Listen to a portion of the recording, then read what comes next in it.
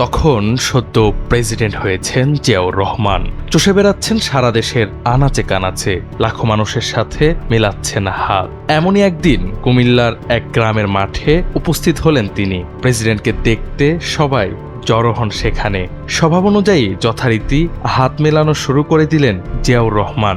এক দুষ্টু ছেলে ভাবল, সবাই যেখানে একবার হাত মেলাচ্ছে, সে কেন সবার মতো একবার হ্যান্ডশেক করবে? তাকে অবশ্যই 2-3 বার হাত মেলাতে হবে, নইলে তো বন্ধুদের কাছে গল্প করা যাবে না। প্রথমবার হ্যান্ডশেক করার পর সেই দুষ্টু ছেলেটি পেছন দিয়ে ঘুরে আবার লাইনের সামনের দিকে এগিয়ে গেল।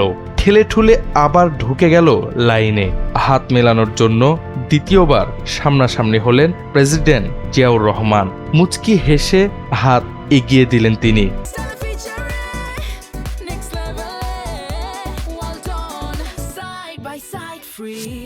দুষ্টু ছেলেটিকে একেবারে অবাক করে দিয়ে হাত ঝাঁকুনি দিয়ে বললেন, সেকেন্ড টাইম।